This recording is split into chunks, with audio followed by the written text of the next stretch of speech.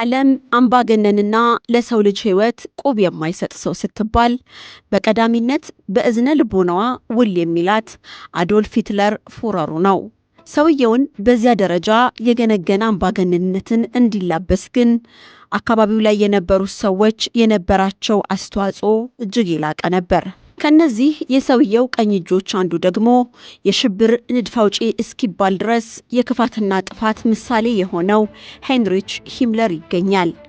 ይህ ሰው በዚያ ምድር ቁና በሆነችበትና አይሁዶች እስከ ዓለም ዳርቻ በተሳደዱበት የነጠረ የጀርመን ደም ያላቸው ጀርመናውያን ብቻ የሚገቧትን ዓለም ለመገንባት በነበረው እብደት ውስጥ እጁን እንደ ጲላጦስ ቢለቃለቅ እንኳ በማያጸዳው የንጹሃን ደም የታጠበና ያስታጠበ ነበር። የተወለደው በጥቅምት ወር ነው 1900 ላይ። በመካከለኛ የኑሮ ደረጃ ላይ የሚገኙት ቤተሰቦቹ ኑሯቸው በዚያው በጀርመን ሙኒክ ከተማ አድርገዋል። በልጅነቱ ማንም ሰው አግኝቶት ስታድግ ምን መሆን ትፈልጋለህ ብሎ ከጠየቀው መልሱ አንድና አንድ ነው፣ ወታደር የሚል። ይህ ስሜቱን ሳያረካ ፍላጎቱ ሳይበርድ እርሱም እድሜው ለውትድርና ሳይበቃ ግን የመጀመሪያው የዓለም ጦርነት ተጠናቀቀ። ሂምለር አዘነ።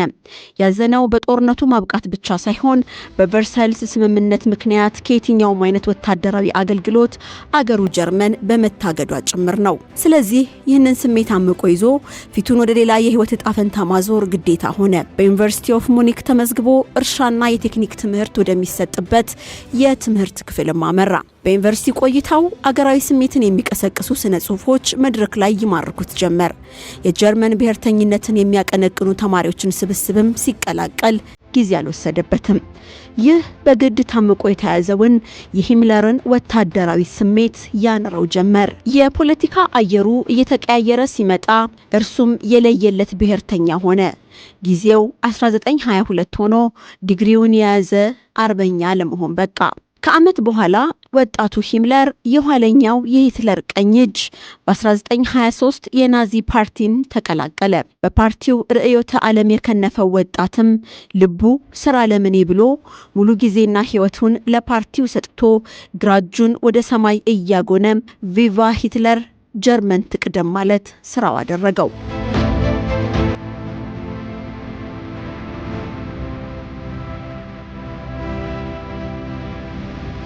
ውሎና ዳሩ ከሂትለርና አጫፋሪዎቹ ጋር ሆነ። ወዲያው በዚህ የተጋጋለ ፍቅር ላይ እንዳሉ በወቅቱ ስልጣን ላይ የነበረውን የጀርመን መንግስት ለመፈንቀል ይህ ቡድን ሞከረ፣ ከሸፈ። ሂትለርም ለትንሽ ጊዜ ወደ ዘብጥያ ተወረወረ። ጊዜው ለሂምለር ራሱን በናዚ ፓርቲ ውስጥ እንዲገነባና ስም እንዲሰራ አስቻለው። ስለ ጀርመን መስፋፋት አስፈላጊነት፣ ስለ ጀርመን ዝርያ ልዩ መሆንና የጀርመንን ጠላቶች የመታገል አስፈላጊነት የብዙ ጊዜና የተዋጣለት የንግግር ርዕሰ ጉዳዮችም ሆኑ። ሂትለር ተፈትቶ ወደ ቀደምት የናዚ መንበሩ ሲመለስ የመጀመሪያ ስራው ሂምለርን የኤስኤስ ወታደሮች ኮማንደር ሆኖ እንዲሾም ማድረግ ነበር። በወቅቱ የኤስኤስ ወታደሮች ስራቸው በመርዝ ጋዝ የሚቃጠሉትን ንጹሃን መመልመልና በሰውነታቸው ቅሪት ሳሙና እንዲሰራ ማመቻቸት ሳይሆን የሂትለርና የናዚ ከፍተኛ ባለስልጣናት የግል ጠባቂዎች ብቻ ነበሩ። በዚህ ሁኔታ ውስጥ እንዳሉ በ1933 ናዚ ስልጣን ላይ ወጣ። ይህን ጊዜ ሂምለር 280 ብቻ የነበሩትን በስሩ ያሉ የኤስኤስ ወታደሮች ቁጥር ባንዴ 52000 ያደረሰው። ከተራ የፓርቲው ሹማምንት የግል ጠባቂነትም ኤስኤሶች ወደ የውስጥ ደህንነትና አብዮት ጠባቂነት አደጉ። በ1939 ሂትለር ፖላንድን መውረሩን ተከትሎ ሰውየውን የጀርመን ዘረኝነት የሚያጠናክር ኮሚሳር አደረገው። ይህ ሹመት ለሂምለር በጀርመን ፖላንድና ሶቪየት ህብረት ጭምር እንዳሻው የጭካኔ ተግባሩን የሚያረካበት ቀጥቃጭ ክንድን አቀበለው። በዚህ ስልጣኑም ማን ጀርመናዊ መሆን እንዳለበት፣ ጀርመናዊ ሲኮን የት መኖር እንደሚገባ፣ የትኛው አይነት ሰውና ዘር መወገድና መሳደድ ወይም በምድር ላይ መኖር እንዳለበት ጭምር እንዲወስን አቅም ሰጠው። ይህንን ለማስፈጸም ተንቀሳቃሽ የኤስኤስ ወታደሮችን አዋቅሮም ተጠቀመባቸው። ይህ ተንቀሳቃሽ ገዳይ ቡድን አይሁዳውያኑን በቡድን ተጠርጣሪ ባለስልጣናትን፣ አካል ጉዳተኞችንና በአጠቃላይ ጽድት ብሎ ዓለምን ሊገዛ ለሚገባው ጀርመናዊ ጠንቅ ናቸው ተብለው የሚታሰቡትን ያለ ጾታ ልዩነት ያለ ዕድሜ ገደብ ከገጸ ምድር አጥፍቷል። በወቅቱ በጅምላ ተገድለው የገዛ መቃብራቸውን ቆፍረው እንዲገደሉ የተደረጉት አይሁዳውያንም ሆኑ ሌሎች ለዘብተኛ ጀርመኖች ለብዙሃኑ ኃላፊነቱን የሚወስደው ይኸው የዕለቱ ባለታሪካችን በተለይም 33771 ሰዎች በአንድ ጉድጓድ ተቀብረው የመገኘታቸውም ሰበብ ጭምር ዋና ሰው ነው። ጀርመንን ወይም የናዚን ፓርቲ ከማጎሪያ ካምፕ ጋር ያቆራኘውና ዋናው የሐሳብ አመንጪ ከሆኑት ግንባር ቀደሙ ሰው ሄንሪች ሚለር በ1933 የመጀመሪያውን የማጎሪያ ካምፕ ቆሞ ያስገነባው ራሱ ነበር።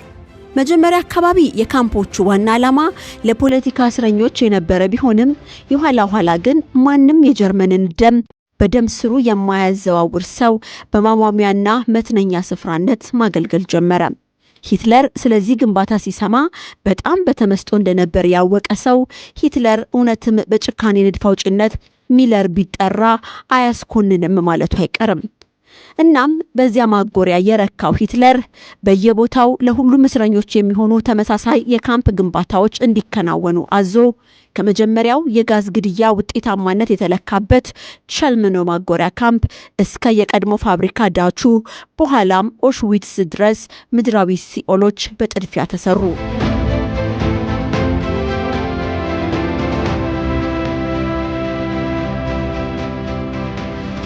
ዘመቻ ሬንሃርድ ይሁዲዎችን፣ ፖላንዶችን፣ አውሮፓዊ ይሁዶችን ሁሉ በዘዴ የመግደል ዘመቻ ሆኖ ሲታወጅም ሂምለር በፖላንድ ብቻ ግድያውን ለማቀላጠፍ ያስፈልጋሉ ያላቸውን በልዜግ፣ ሶቢቦርና ትረብሊንካ የተሰኙ 3 መግደያ ካምፖችን አሰራ። ከሁሉም የማሰቃያ የመግደያና ከሰው አጥንት ሳሙና ማምረቻ የሆኑ ዘንድ ያዘጋጃቸው ካምፖች ግን የኦሽዊትዝን ያክል ዝናና አድናቆት አላተረፉለትም። በዚህ ሰው ቀጥተኛ ትዕዛዝም 2.7 ሚሊዮን የሚደርሱ አይሁዶች የትነት ሞት ሰለባ ሆነዋል፣ ሟምተው ቀርተዋል። በ1944 ፉህረሩ ላይ ከተደረገው ያልተሳካ የግድያ ሙከራ በኋላ ሂምለር ከምዕራባውያኑ ጋር መደራደር እንደሚያዋጣ መጠርጠር ማመን ጀመረ። ከሶቪየት ህብረት ጋር ውጊያው እንደቀጠለ ሆኖ ከተቀሩት አካላት ጋር ግን እስረኞችን እንደመያዣ በመጠቀም ጭምር ድርድሮችን ለማድረግ ሞክሯል። በሌላኛው ጫፍ ያሉት ተደራዳሪዎች ግን ከዋነኛው የወንጀል ተፈላጊያቸው ጋር መነጋገሩን እንብዛም የወደዱት አይመስልም።